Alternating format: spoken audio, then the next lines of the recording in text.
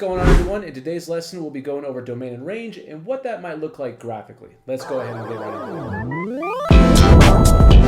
The domain of a function is really just a set of input values. It's things that you put into your function. And for right now, in this course, we're really going to be looking at the x values, okay? Sometimes it's not always that easy, but for right now it is. And the range of a function is a set of all output values. It's going to be your y coordinate. So basically, you're going to input something into a function, it's going to be part of your domain, and you're going to get out a value, which will be your y coordinate, and it's going to be a part of your range. All right, so let's go ahead and take a look at that. So if we're considering the function y equals x plus 1, where we're really limiting the domain between -2 and 1. So that's exactly what this inequality means right here. We're taking on x values, and to be specific, all real numbers that are going all the way down to -2, including -2, and then all the way up to +1, including +1, and then everything in. So what we're going to do is we're going to find the image of -0.5, and that's a fancy way of saying, what's the output? What's the y coordinate? And so before, you really just kind of did this blindly in some of the algebra classes, but this time we're being a little bit more intentional about the language. So how can we get out a y coordinate when the x is -0.5? Well, you would just plug that in. So I would plug in -0.5 plus 1, I would get y equals 0.5. So my output is going to be positive 0. So this right here would be a coordinate of -0.5, comma 0.5. So that would be my image. So now let's write down the domain. Well, I kind of already went over that actually.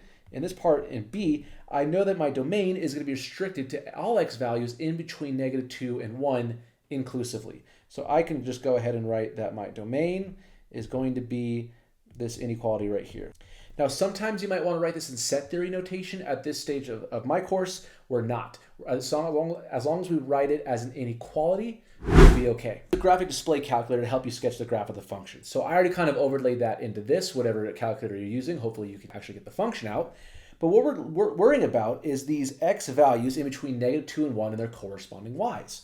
Now, if I go over to -2, which would be right here, I would find that I'm down here. If this in red, I'm going to be here, and I'm going to go all the way along this graph until I hit my upper bound, which is 1.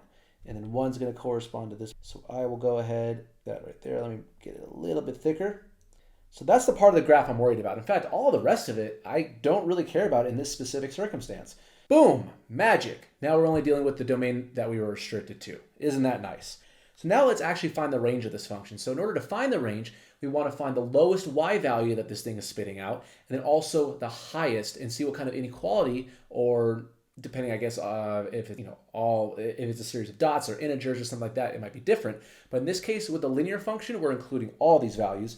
So what we want is this point right here. When x is -2, what is y? Well, when you look at the graph, you can see that it's -1, but you can actually prove this just to make sure that when I'm at -2, I can see that I'm at the lowest y value.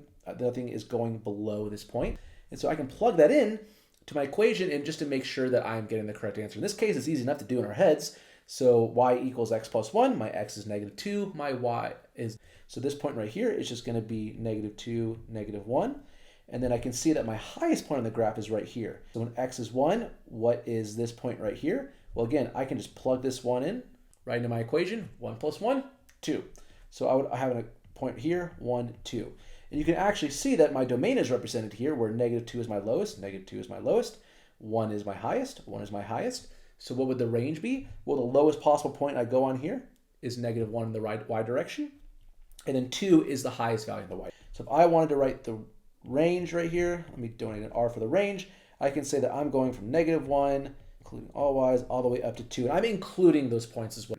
All right, so that's how we can take a graph, shorten it down, and then kind of get to a more concrete answer of our domain and range by using inequality notation. Now let's take a look at a different type of graph and see how that might affect our answer. So when we're looking at this graph, it's kind enough to let us know, and maybe you did know this or maybe you didn't, but whenever we have a closed circle, something that's filled in, that means that that point is included, and then whenever we have an empty circle like the one that we see right here, that means that it is not included. So hollow dot, closed dot. Maybe you remember that from elementary school when you're using number lines and things like that. That concept applies here. So we're going to explain why this relation is a function. That actually goes back to our last lesson, where if we just draw a vertical line straight up and down, and we drag it along this graph, you'll notice that no matter where I drag this thing, it's always going to have one point of intersection, always. If I go over here, it's going to be right there. If I go up to here, it's going to be right there. There's only one point of intersection, so this passes the vertical line test. And I can go ahead and use it as a validation. I can say it passes the vertical line test. A little bit informal there. I'm kind of abbreviating and not using a full sentence, but for our purposes, it's going to be just fine.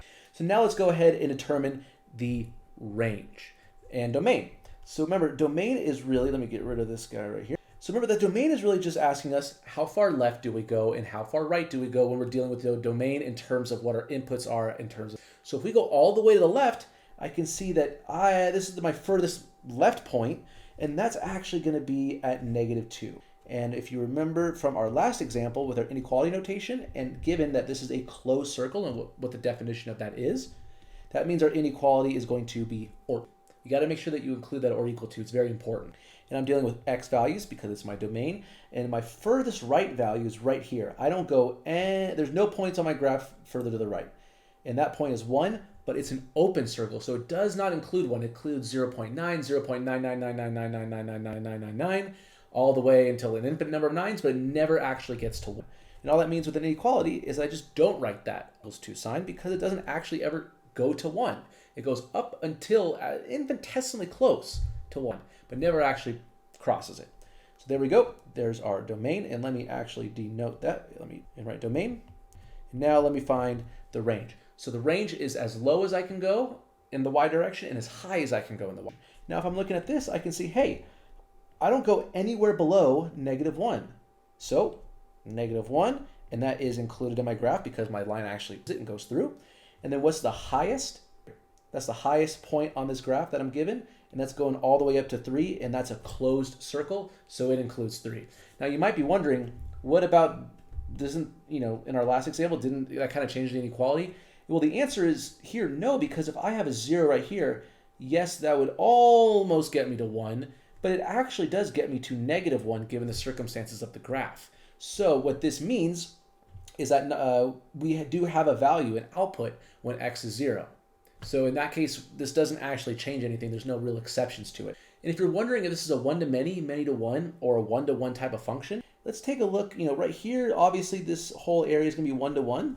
But if we go down here, I actually have some kind of y value right there for 2 different x's, meaning this is going to be a many-to-one function. I have many x coordinates, in this case right here and right here, giving me the same exact y output. So many x's to 1 y, many. All right, so I hope that helped you out a little bit. We'll be going into more detail a little bit later, but for right now, that's good enough for where we can leave off. All right, see you guys in the next video. Take care.